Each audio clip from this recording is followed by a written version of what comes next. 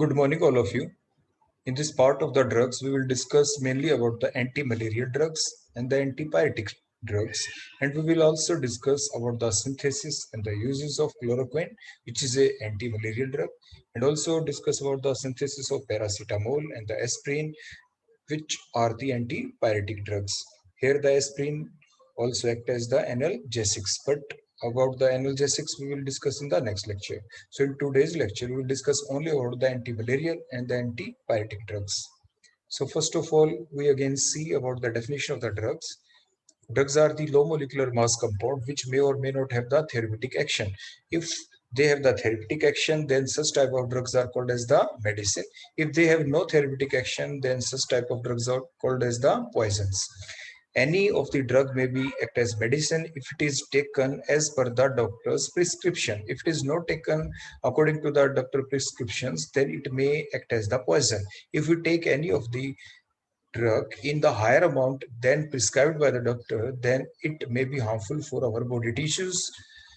So when a drug may act as the medicine, any drug may act as the medicine if our body give a good response for that. If our body gives the good response, positive response for that, means our body is recovering from that particular disease after taking that particular chemical, that is a drug, then that drug act as the medicine. If it is used, if it causes the treatment, if it causes the diagnosis, if it prevents the occurrence of the disease to a further extent, then that particular all type of drugs called as the medicine. तब हम उन सारी drugs को medicine कह सकते हैं. Characteristics क्या क्या होती है ड्रग्स की? मींस ड्रग आपकी नॉन टॉक्सिक होनी चाहिए, उसका कोई साइड इफेक्ट ना हो या कम से कम साइड इफेक्ट होना चाहिए. It never harmful for our body tissues, for the host tissues. It efficiency should be very high, means in a very low amount it can cure a particular disease. It never make any of the host cell resistant to a particular drug after the use for some time. If all these characteristics are present in any of the drug, then it act as the medicine. तो वो medicine का काम कर सकती है. तो आज हम डिस्कस करेंगे अबाउट द एंटीपायरेटिक्स. तो एंटी, जैसे नाम से आपको यहाँ पे पता चलता है कि एंटी का मतलब होता है अगेंस्ट. एंटी मीन्स अगेंस्ट, और पायरा वर्ड का मतलब होता है हीट. तो हमारी बॉडी में अगर हीट ज्यादा हो जाए तो हम कहेंगे फीवर हो गया. पायरा means heat, anti means against. तो जो हीट के अगेंस्ट काम करे, हीट मीन्स बॉडी में फीवर हो गया है, नॉर्मल फीवर, तो उसको दूर करने के जो काम आती है ड्रग्स, आपने क्या कहते हैं? Antibiotics. So the chemicals which are used to bring down the body temperature in high fever are called as the antipyretics. These generally cause a lot of perspiration. हमारी बॉडी के अंदर जब हम ये लेते हैं तो पसीना काफी आता है, उसके बाद हमारी बॉडी के अंदर कूलनेस आ जाती है, क्योंकि एक्सेस जो हीट है जब वो बॉडी से बाहर निकलता है तो हमें पर्सपिरेशन होता है, पसीना ज्यादा आ जाता है, फिर हमें कूलिंग मिलती है और बॉडी का जो हाई टेम्परेचर है वो लोअर डाउन हो जाता है. तो examples of these antibiotics are aspirin, phenacetin, paracetamol, crocin जिसे आप कहते हैं. तो ये सारे के सारे आपके एग्जाम्पल हैं किस चीज के? एंटीपायरेटिक्स. जो एस्प्रिन है ये साथ के साथ आपकी पैरासीटामोल जो है ये एंटीपायरेटिक्स होने के साथ साथ it is also act as a pain killer, जो हम आगे जाके पढ़ेंगे, और द एनाल्जेसिक्स जो पेन किलर्स कहलाती है. पैरासीटामोल जिसे आप क्रोसिन भी कहते हैं, व्हाट इज दैट? अब हम इसकी प्रिपरेशन भी देखते हैं. ये एक एंटीबायोटिक का काम भी करती है और एक एनाल्जेसिक का काम भी करती है, पेन किलर का काम भी करती है. मार्केट के अंदर it is sold as crocin और the combiflam, calpol and so on. Different name से ये सोल्ड आउट की जाती है इन द मार्केट. और ये है क्या? It is acetyl derivative of the para aminophenol. Para aminophenol का ये एसिटाइल डेरिवेटिव होता है. अब इसकी देखो सिंथेसिस हम करते क्या है. तो स्टार्टिंग मटेरियल जो हमने लिया वो हम डिफरेंट टाइप से कर सकते हैं, डायरेक्टली हम यहाँ से भी कर सकते हैं. और ये कहाँ से आया हमारे पास पैरा एमिनोफिनोल, इसको भी हम फर्दर सिंथेसाइज करेंगे इन द नेक्स्ट फेज. तो जो पैरा एमिनोफिनोल है, जिसमें आपका जो प्राइमरी फंक्शनल ग्रुप है वो तो कौन हुआ? OH as compare to the NH2. इसलिए हमने जो अपनी प्रिंसिपल जो आपका पार्ट बना वो कौन बना? फिनोल. और फिनोल की जो पैरा पोजीशन है उसके ऊपर कौन सा ग्रुप लगा हुआ है? आपका NH2. So it is the para aminophenol. Para aminophenol जो है इसके अंदर जब हमने एसिटाइलेशन रिएक्शन की, तो एसिटाइलेशन जब रिएक्शन की तो इसमें कैसे चली? Out of these two OH and the NH2 group, the lone pair are present on both of the group. OH के ऊपर भी आपके लोन पेयर होते हैं, ऑक्सीजन के ऊपर देखो 2 लोन पेयर होते हैं. और नाइट्रोजन NH2 है, उसमें नाइट्रोजन के ऊपर भी लोन पेयर है जैसे हमने शो किया। But out of these to, oxygen the nitrogen which is less electronegative, less electronegative is the nitrogen, nitrogen less electronegative है। इसलिए अब हम देखते देखो रिएक्शन कैसे चलेगी।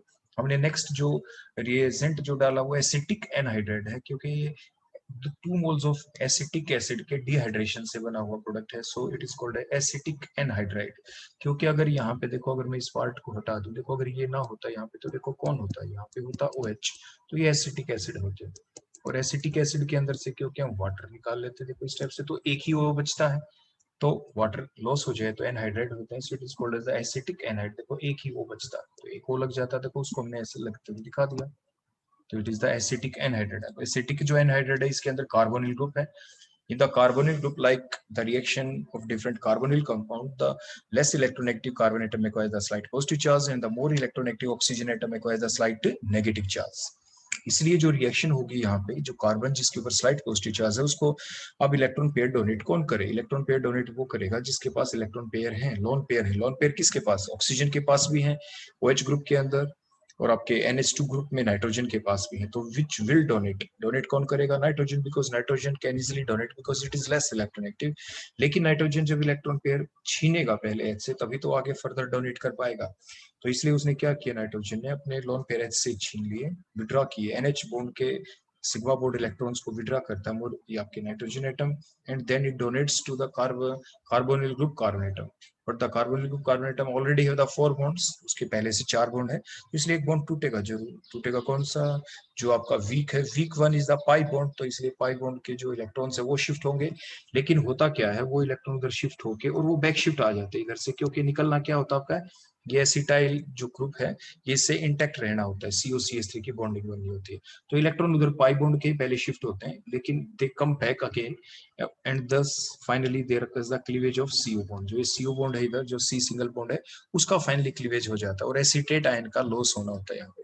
ठीक है, तो सबसे पहले टूटता पाई बॉन्ड ही है, लेकिन हमने डायरेक्ट दिखा दिया उसको, तो इसलिए ये बात आप जरूर ध्यान रखें। पहले पाई बॉन्ड का ब्रेकेज ही होगा, उसके बाद वो अगेन बैक आ जाएंगे वहां पे, और फिर CO के बीच में जो सिग्मा बॉन्ड है उसका क्लीवेज होता है। O acquire slight negative charge, और जो नेगेटिव चार्ज आ जाएगा O के ऊपर, इसके पास कौन आए? इसके पास आएगा पॉजिटिव। पॉजिटिव कौन है?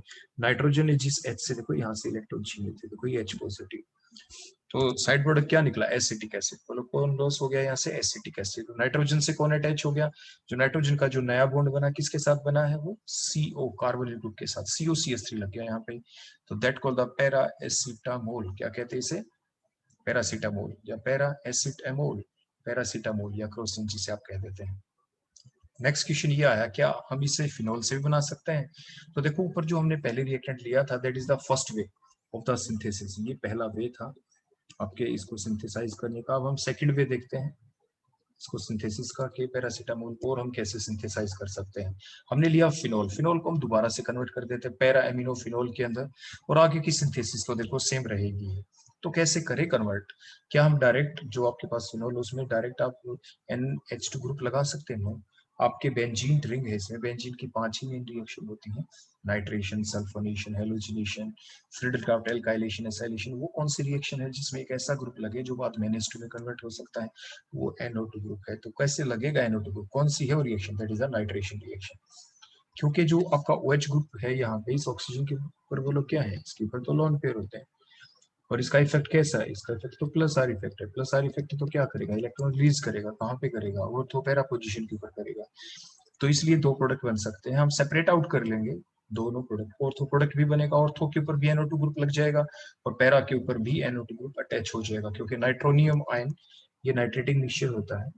इस नाइट्रेटिंग मिक्सचर के अंदर से जो इलेक्ट्रोफाइल जनरेट होगा during that electrophilic substitution reaction, that is the nitronium ion, NO2 positive ion, वही अब इन्वॉल्व होगा, वही रिएक्ट करेगा, वही अटैक करेगा बेंजीन रिंग के ऊपर, जो फिनोल वाला बेंजीन रिंग है उसके ऊपर, और nitro product will be formed. Ortho भी पैरा भी हमने सेपरेट कर लिया, ऑर्थो नाइट्रोफिनोल और पैरा नाइट्रोफिनोल को, और हमें चाहिए पैरा नाइट्रोफिनोल, क्योंकि हमें बनाना क्या है? पैरा एमिनोफिनोल। अब इसके बाद सिंपल रिडक्शन करेंगे हम TnHCl के साथ, ताकि पार्शियल रिडक्शन हो, NO2 ग्रुप की ही रिडक्शन हो। उसके बाद आपके पास वही पैरा एमिनोफिनोल, जैसे कि ऊपर हम पहले ही देख चुके हैं। Now the acetylation reaction will takes place, और एसिटाइलेशन उसी टाइप से एसिटिक एनहाइड्राइड से, वो रिएक्शन हम आपको पहले ही ऊपर समझा चुके हैं कि carbon acquire slight positive charge, oxygen slight negative charge in the carbonyl group, nitrogen will donate their lone pair up after abstracting from the NH bond से, ताकि नाइट्रोजन के ऊपर पॉजिटिव चार्ज ना आए।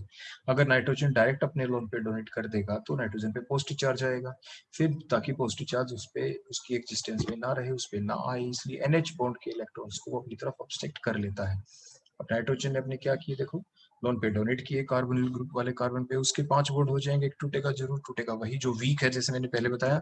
तो पहले टूटा कौन सा, पहले टूटा देखो यही पाई बॉन्ड, और ये टूटते ही देखो दोबारा बैक शिफ्ट हो जाते हैं, ताकि ये इलेक्ट्रॉन आगे देखो हम शिफ्ट करवा सके। इसी सिंगल बॉन्ड ओ का देखो इस टाइप से क्लीवेज होना होता है। तो इसलिए हम ये ना दिखा के पहले पाई बॉन्ड टूटा, समझने के लिए तो आप ये माइंड में रखेंगे, हम क्या शो कर देते हैं, हम डायरेक्ट ही शिफ्टिंग किधर दिखा देते हैं, ये दिखा देते हैं सी सिंगल बॉन्ड ओ वाले। तो एसीटेट आयन रिलीज हो गया, एसीटेट आयन के पास कौन आएगा बोलो, यहाँ से जो ये H ने जो अपनी इलेक्ट्रॉन छोड़ दी थी, H पॉजिटिव था ये, तो एसिटिक एसिड उसी टाइप से लॉस, और आपके पास बन गया पैराएसिटामोल। पैरासिटामोल की टाइप से हम सिंथेसिस कर लेते हैं। तो that is an example of antipyretics. हमने बताया ये एंटीपायरेटिक का काम भी करता है और पेन किलर का भी काम करता है, एनाल्जेसिक का भी काम करता है। नेक्स्ट हम देखते हैं एस्प्रिन के बारे में। तो जो एस्प्रिन है, it is used as antipyretic and it is the main analgesic, ये एक पेन किलर भी है। ये फर्स्ट इंट्रोड्यूस कब की गई थी एज ए मेडिसिन, 1899 के अंदर बाय द ड्रेसर।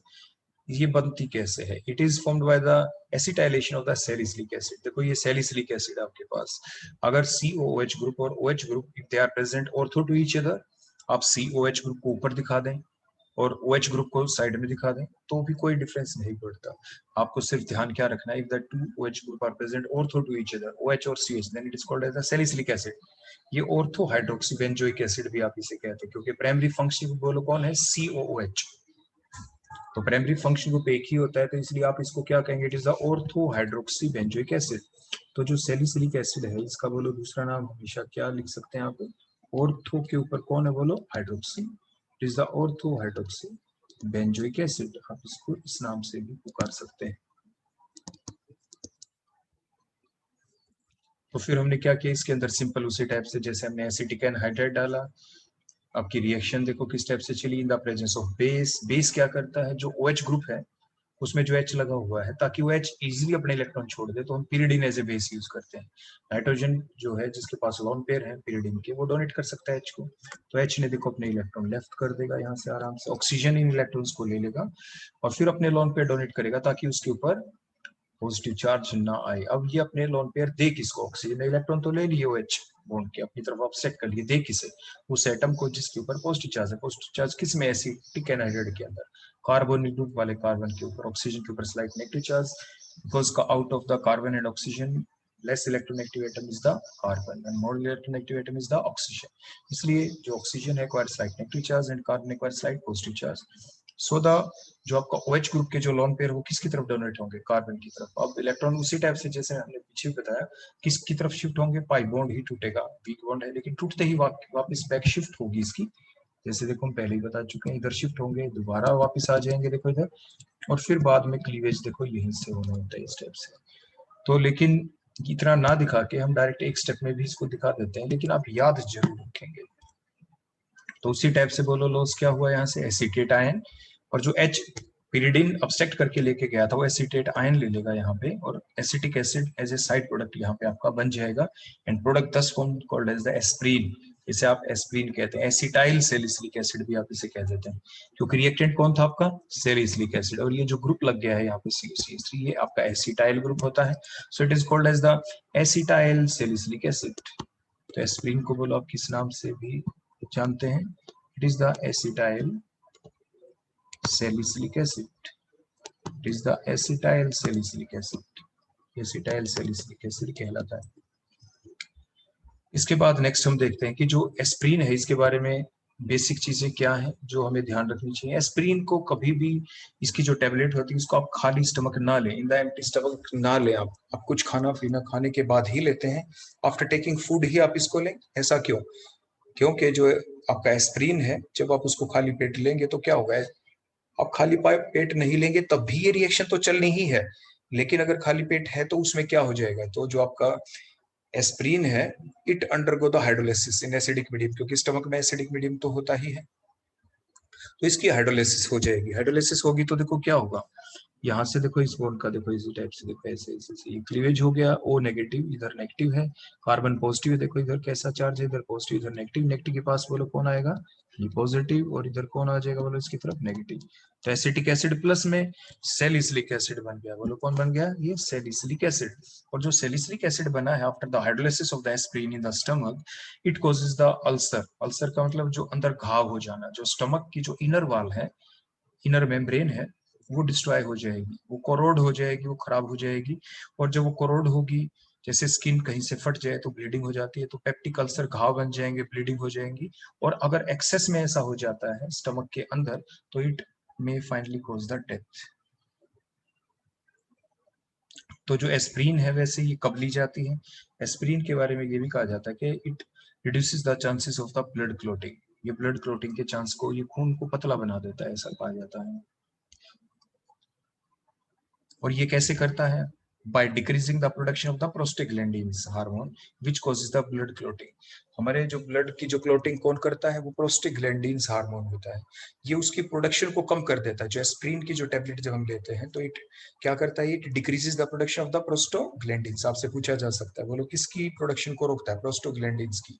जो क्या करता था, जो ब्लड क्लॉटिंग को इंक्रीज करता है प्रोस्टाग्लैंडिन, जब उसकी अमाउंट ही कम होगी तो ब्लड क्लॉटिंग रुक जाएगी, तो खून को पतला करने का काम करता है, थिनिंग ऑफ द ब्लड। तो एस्प्रीन, तो इसलिए जो एस्प्रीन किससे बचाता है, हमें हार्ट अटैक और स्ट्रोक से भी बचाता है। तो इसलिए एक कहावत है इसके लिए, एस्प्रिन के लिए, take aspirin a day keeps the doctor away, like that of the apple. जैसे एप्पल के बारे में, take apple a day keeps the doctor away, daily एक सेब खाएं और डॉक्टर को दूर भगाएं। तो similarly there is opinion about the aspirin कि take aspirin a day keeps the doctor away, hence aspirin is called as a wonder drug in the Harvard university के अंदर। और एस्प्रिन वर्ल्ड की पहली ट्रूली सिंथेटिक ड्रग है, और it is sold under the different name like disprin, microprin, winsprin and so on. इस type से different जो नेम से ये सोल्ड आउट की जाती है इन द मार्केट। नेक्स्ट अब हम देखते हैं एंटी मलेरियल। अगर मलेरियल फीवर हो जाए तो उस वाले जो फीवर को ब्रेक डाउन करने के लिए तो कौन सी ड्रग हम यूज करते हैं, that called the anti malarial drugs. So the chemical which are used to bring down the body temperature during the malarial fever are called as the anti malarial drugs, like quinine, plasmoquine, proquine, mepacrine, chloroquine. Chloroquine की synthesis भी अभी हम देखेंगे। तो हम देखते हैं chloroquine, एरालिन भी इसे कह देते हैं। तो देखो ये है क्या, it is very active against the, देखो जो मलेरिया है वो डिफरेंट टाइप का हो सकता है। मलेरिया एफ भी होता है, फेल्कीपेरम, ये काफी डेंजरस मलेरिया होता है, यानी इसके अगेंस्ट भी ये काम करता है। इट इज वेरी एक्टिव, ये जो आपकी क्लोरोक्विन है। It's activities 3-4 times more than the quinine. जो सिंपल क्विनीन की जो टेबलेट होती है, जो आपने सुना है सभी ने, क्विनीन की टेबलेट ले ले मलेरिया में, उससे भी ये 3-4 टाइम्स मोर इफेक्टिव होती है, इसकी एक्टिविटी ज्यादा होती है। लेकिन इसके कुछ साइड इफेक्ट भी होते हैं कि बॉडी के अंदर जनरल वीकनेस आ जाती है, थोड़ी अनइजीनेस आ जाएगी, वोमिटिंग हो सकता है, डायरिया हो सकता है। अगर हम थोड़ी ज्यादा अमाउंट में ये ले लेते हैं क्लोरोक्विन या क्विनीन भी ले लेते हैं, तो हमारी ये आई साइट के ऊपर भी काफी फर्क पड़ता है इसका, कि हमें थोड़ा धुंधला धुंधला दिखना शुरू हो जाता है। लेकिन कोई ऐसी बात नहीं कि ये जितने भी सारे सिम्टम्स होते हैं, this all get disappear as soon as the use of that drug is stopped. जब हम ठीक हो जाते हैं इस बीमारी से, जब हमें मलेरियल फीवर नहीं रहता, तो जब हम इस जो ड्रग को लेना छोड़ देंगे, तो उसके बाद ये सारे सिम्टम्स भी धीरे धीरे क्या हो जाएंगे, आपके डिसअपियर हो जाएंगे। इसके बाद अब हम देखेंगे इसकी सिंथेसिस, क्लोरोक्विन की। जो इसकी सिंथेसिस हम कैसे कर सकते हैं, इसकी सिंथेसिस के लिए हमने ये कंपाउंड लिया 4-अमीनो 7-क्लोरो क्यूनोलिन। क्यूनोलिन क्या होता है, आपके पास 2 बेंजीन के देखो रिंग है, देयर आर 2 बेंजीन रिंग्स। तो वो तो आपका क्या कहलाता है, देखो अगर एक अकेला रिंग हो तो कौन कहलाता है, बेंजीन। 2 रिंग लगा दें तो नेप्थलीन। अब ये नेप्थलीन का जो रिंग है, इसमें हमने एक नाइट्रोजन लगा दिया, जिसके ऊपर नंबर 1 हमने लिख रखा है। तो अगर ये अगर हम नाइट्रोजन लिख दें यहाँ पे, कार्बन की जगह अगर हम नाइट्रोजन ले आए, then it is called as the quinoline. क्या कहते हैं आप इसे, क्यूनोलिन नंबर 1 के ऊपर। अगर नंबर 2 के ऊपर नाइट्रोजन लगा देते तो आप उसे आइसोक्यूनोलिन कहते हैं। So we have taken the quinoline compound. Quinoline में हमने सब्स्टिट्यूशन कर दी। नंबरिंग जब स्टार्ट करते हैं तो यहाँ बॉटम कार्बन, बॉटम वाले पोजीशन से करते हैं। तो 1 2 3 4 ब्रिज कार्बोनेटम की नंबरिंग बिल्कुल लास्ट में की जाती है। 1 2 3 4 के बाद नेक्स्ट रिंग में आ गए 5 6 7 8, और जो ब्रिज की बिल्कुल लास्ट में से 9 और 10, इस टाइप से आप नंबरिंग करते हैं। 4 के ऊपर आपने एमिनो ग्रुप लगा दिया, 7 के ऊपर Cl क्लोरो है, so it is called as the 4 amino 7 क्लोरोक्विनोलिन। अब हम इसकी रिएक्शन करेंगे, बोलो किसके साथ, NN diethyl 4 bromo pentane. Pentane आपकी देखो वर्ड रूट हो गया, देखो पेंटेन, देखो अब ध्यान से देखो टोटल कार्बन कितने, 3 कार्बन, तो देखो ये आ गए, जो CS2 थ्राइस लिखा है 3 कार्बन हो गए, ये 4th कार्बन हो गया, ये 5th कार्बन हो गया। नंबरिंग कैसे करेंगे, देखो 1 2 3, 1 2 3 तक तो नंबरिंग यहीं पे आ गई, देखो 1 2 3, उसके बाद ये नंबर 4 कार्बन हो गया, ये नंबर 5 कार्बन हो गया, क्योंकि इसमें 1 2 3 क्यों लिखा, क्योंकि उसमें CS2 का थ्राइस है, CS2 का क्या है इसके अंदर, थ्राइस है। अब इसके बाद हमने क्या किया, जो आपके पोजीशन नंबर 1 वाला कार्बन है उसके ऊपर हमने क्या लगा दिया, अगर ये C2H5 ना होते, यहाँ पे H होते, तो आप इसे क्या कहते हैं, एमीन, क्या कहते हैं आप इसे, दैट इज द एमीन, ये आपका एमीन होता, एमीन होता तो अब इसका बोलो क्या नाम आप बोल देते, ये BRP ना होता तो आप इसे कहते बोलो क्या, पेंटेनेमीन, क्या कहते बोले इसे, पेंटेनेमीन कह देते आप, कह देते ना आप इसे पेंटेनेमीन। लेकिन अब इसको देखो हम क्या कहेंगे, अब इसको ऐसे कहेंगे कि N के ऊपर क्या लगा दिया, N के ऊपर आपने क्या लगा दिया, इसके अंदर इथाइल, इथाइल ये सब्स्टिट्यूटेड एमीन है, तो फिर हम अब इसको कैसे बोले, NN di ethyl, NN di ethyl, और यहाँ पे डाई इथाइल के साथ आप यहाँ पे लिख सकते थे NN di ethyl amino, NN di ethyl amino, आप ऐसे लिख सकते हैं, NN के ऊपर क्या है बोलो, डाइथाइल, यहाँ पे एमिनो लगाना चाहें तो, लेकिन क्योंकि फंक्शनल ग्रुप ही आपका यही है, तो अब हम इसके लिए क्या लगाएंगे, यहाँ पे ना लिख के हम क्या कर सकते हैं, इसके अंदर NN डाइथाइल, ये सब्स्टिट्यूएंट हो गया N के ऊपर, उसके बाद 4 के ऊपर बोलो कौन है, ब्रोमो, तो 4 ब्रोमो हो गया, उसके बाद क्या आ गया, पेंटेन, पेंटेन हो गया, और ये NH2 ग्रुप आपका एमीन था तो क्या लगा देंगे, पेंटेन एमीन, इसके आगे क्या लिख देंगे, AMINE, पेंटेनेमीन। तो हम इनके बीच रिएक्शन करेंगे, ठीक हो गया। तो ये नेमिंग में आप करेक्शन कर लेना, NN डाइथाइल 4 ब्रोमो पेंटेनेमीन, ऐसे ही हम नीचे भी कर देते हैं पेंटेनेमीन, क्योंकि फंक्शनल ग्रुप तो एमीन है। अब इसमें रिएक्शन कहाँ पे चलेगी, देखो ये जो और चीजें हमने लिखी थी इसको हम यहाँ पे क्लियर कर देते हैं। अब देखो रिएक्शन चलेगी कैसे, बड़ी सिंपल रिएक्शन होगी यहाँ पे। आपके ये बताएं, जो ये पार्ट है आपका NN डाइथाइल 4 ब्रोमो पेंटेनेमीन, इसके अंदर जो रिएक्टिव पार्ट है वो कहाँ पे दिख रहा है, एल्काइल हैलाइड पार्ट भी आपको दिख रहा है, जिसमें कार्बन के ऊपर स्लाइड पॉजिटिव चार्ज, Br के ऊपर स्लाइड नेगेटिव चार्ज। अब जो कार्बन जिसके ऊपर स्लाइड पॉजिटिव चार्ज है उसको इलेक्ट्रॉन डोनेट कौन करे, जिसके पास लोन पेयर है, तो जो दूसरी आपकी स्पीसी है उसमें वो नाइट्रोजन, देखो जो 4 पोजीशन के ऊपर है एमिनो ग्रुप, उसमें नाइट्रोजन के ऊपर लोन पेयर प्लस H भी है, जिसे वो इलेक्ट्रॉन छीन सकता है। देखो नाइट्रोजन ने क्या किया, NH बॉन्ड के इलेक्ट्रॉन को अपनी तरफ ऑब्स्ट्रैक्ट किया, अब लोन पेयर को डोनेट कर दिया गया। कार्बन को, कार्बन ने के 5 बॉन्ड हो जाएंगे, इसलिए क्लीवेज होगा C और Br के बॉन्ड के बीच का, तो Br नेगेटिव निकल जाएगा यहाँ से, तो ओवरऑल HBr निकल गया। H पॉजिटिव तो वहां से निकला, NH2 ग्रुप के ऊपर से क्या निकल गया बोलो, यहाँ से H पॉजिटिव, और इधर बोलो कौन निकल गया, ये Br, ठीक है, यहाँ से Br नेगेटिव निकल जाएगा। तो अब इनके बीच में नया बॉन्ड बन गया, बोलो किसके बीच में नया बॉन्ड बना है, जो मैंने रेड कलर से दिखा दिया, नाइट्रोजन और कार्बन के बीच, देखो नाइट्रोजन कार्बन के बीच ये जो रेड कलर से मैंने बॉन्ड दिखा दिया, और हमें और स्ट्रक्चर को डिस्टर्ब ही नहीं कर रहा, other structure will remain same, जैसी दिखती है आपको रिएक्टेंट साइड में वैसी की वैसी लिख दें। And new bond formation takes place including the nitrogen and the carbon, देखो ये कार्बन वही है, देखो जिसके ऊपर ये कौन लगा हुआ था बोलो, ये CH3, देखो ये CH3 यहाँ से SH, और उसके आगे कौन है, ये CS2 का थ्राइस, देखो ये रसी, and so on, all remaining group will remain same, और चीजों की पोजीशन हमें क्या रखनी है, बिल्कुल सेम रखनी है, उन्हें हम डिस्टर्ब नहीं करेंगे। तो इस टाइप से ये हमारा फाइनल प्रोडक्ट बन गया जो हम बनाना चाहते थे, दैट इज द क्लोरोक्विन, बोलो कौन बन गया, ये क्लोरोक्विन। इसके बाद नेक्स्ट वे देखते हैं इसके सिंथेसिस का, इसको हम कुछ ऐसे भी बना सकते हैं, 4,7 डाइक्लोरोक्विनोलिन, तो हमने वही सेम ले लिया। दूसरा हम क्या लेते हैं, जो रिएक्टेंट है वो हम ये कंपाउंड हमारा ले लेते हैं, बोलो ये कौन है, NN, देखो उसी टाइप से NN डाइथाइल, 4 पे एमिनो लिया हमने, बोलो 4 पे कौन ले लिया, वहां पे कौन लिया था हमने पिछले में, 4 पे ब्रोमो, तो 4 एमिनो पेंटेन एमीन, पेंटेन के आगे यहाँ पे भी आप एमीन जरूर लिखेंगे,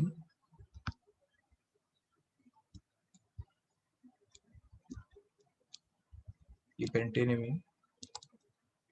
और जो ये है NN डाई इथाइल 4 एमिनो पेंटेनेमिन, ये कहाँ से आया, इसलिए अगर हम इस प्रोसेस को थोड़ा लंबा बनाए तो हम ये देखते हैं आया कहाँ से, that is obtained from the ethene, ये इथीन से बना है, इसलिए हमने ब्रैकेट में लिखा फ्रॉम इथीन, तो इट मीन स्टार्टिंग मटेरियल हमारा कौन होगा, इथीन, और इथीन से हम क्या बनाएंगे, यही compound NN di ethyl 4 amino pentanamine, और उसके अंदर हम क्या ऐड कर देंगे, फिर ये 4 एमिनो 7 क्लोरोक्विनोलिन। अब देखो कैसे, हमने शुरू में इथीन लिया, बेसिक रिएक्शन चलेंगी, हमने कर दी इसके अंदर इलेक्ट्रोफिलिक एडिशन रिएक्शन, जिसमें क्या होगा, Cl पॉजिटिव होगा और OH बोलो क्या होगा यहाँ पे नेगेटिव। तो इलेक्ट्रोफिलिक एडिशन रिएक्शन ही दिखाते हैं आपके जितने भी एल्कीन है वो तो सभी, तो इसलिए, लेकिन ये सिमेट्रिकल मॉलिक्यूल है, इससे कोई फर्क नहीं पड़ेगा किसके ऊपर Cl लगे किसके ऊपर OH। Out of these to carbon across the double bond on one of the carbon atom Cl will attach, on the other OH will attach। तो इन्हें क्लोरोहाइड्रिन्स कहते हैं, ये क्लोरोहाइड्रिन्स बन गए आपके।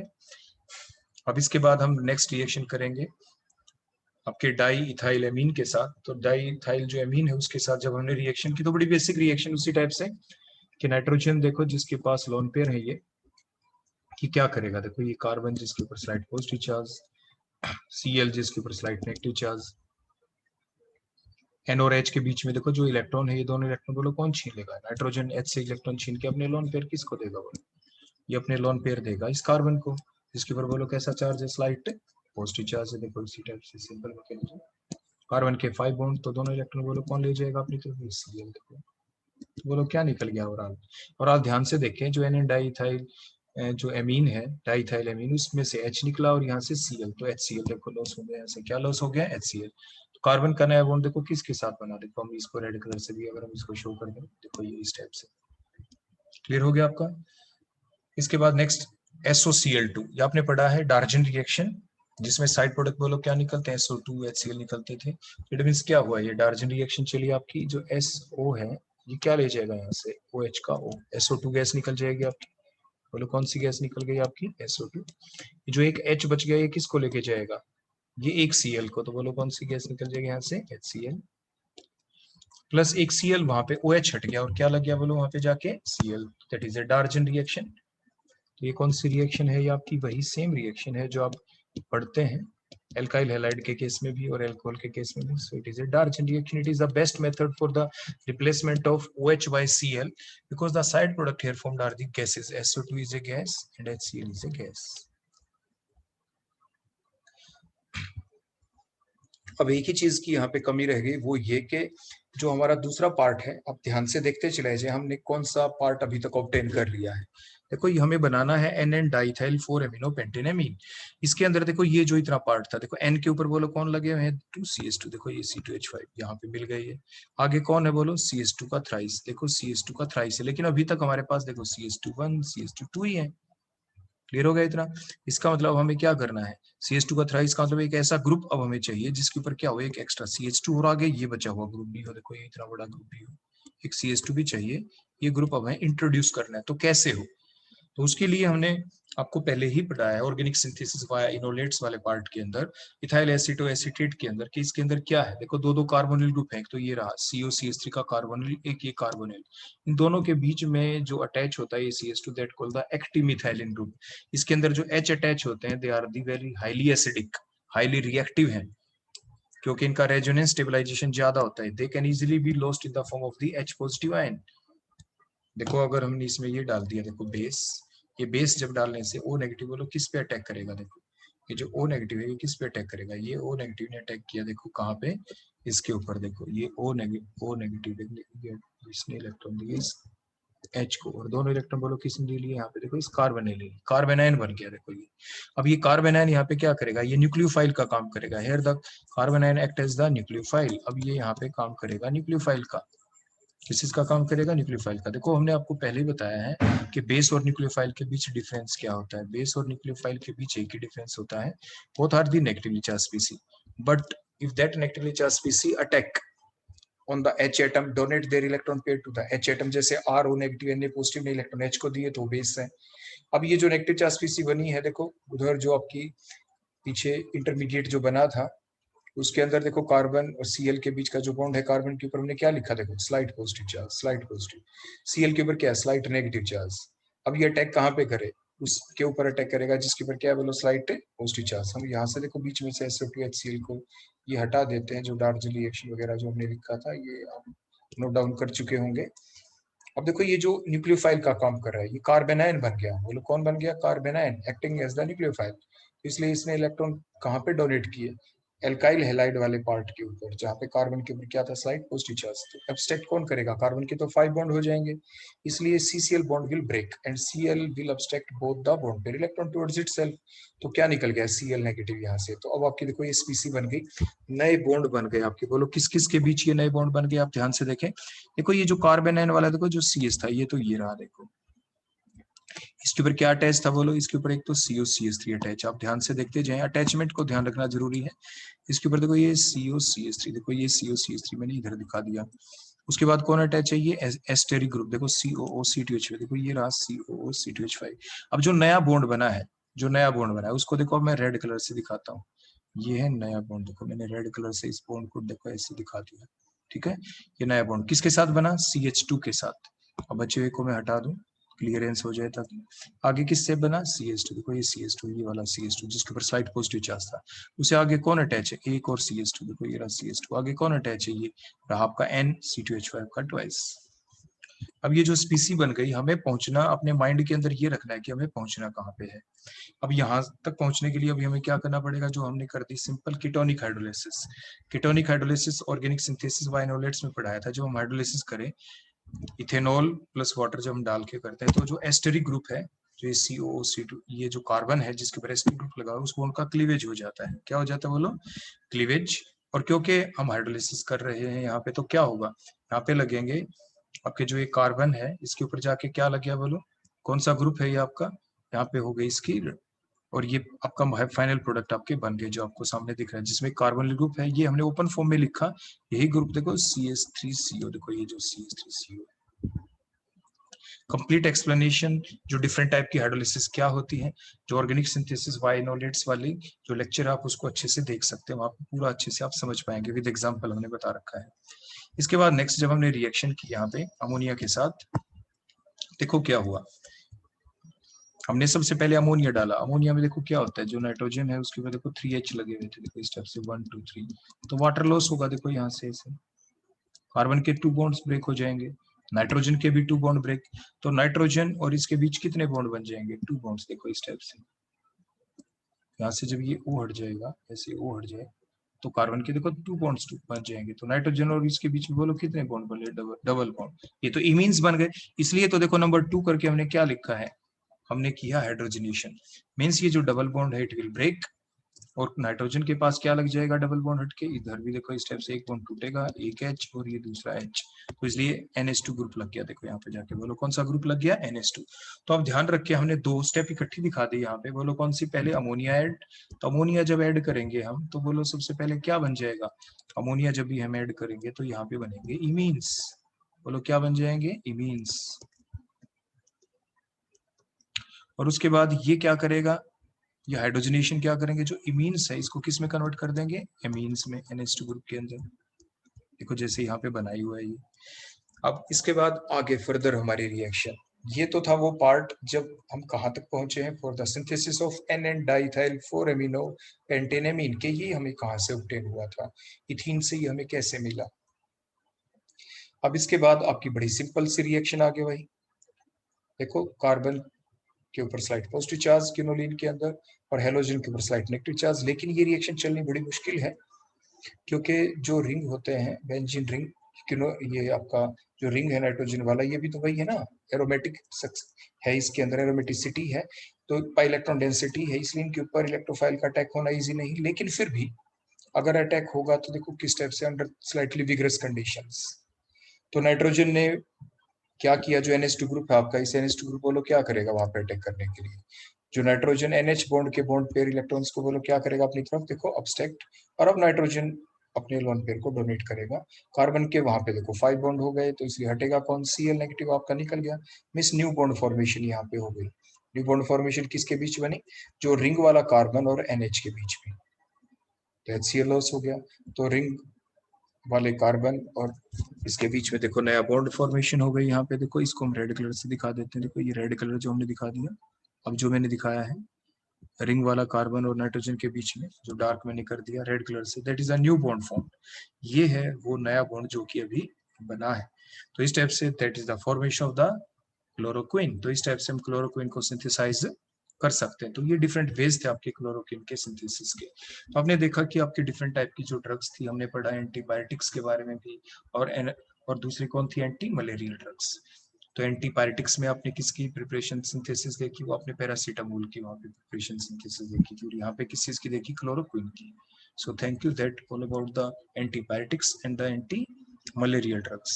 Thank you.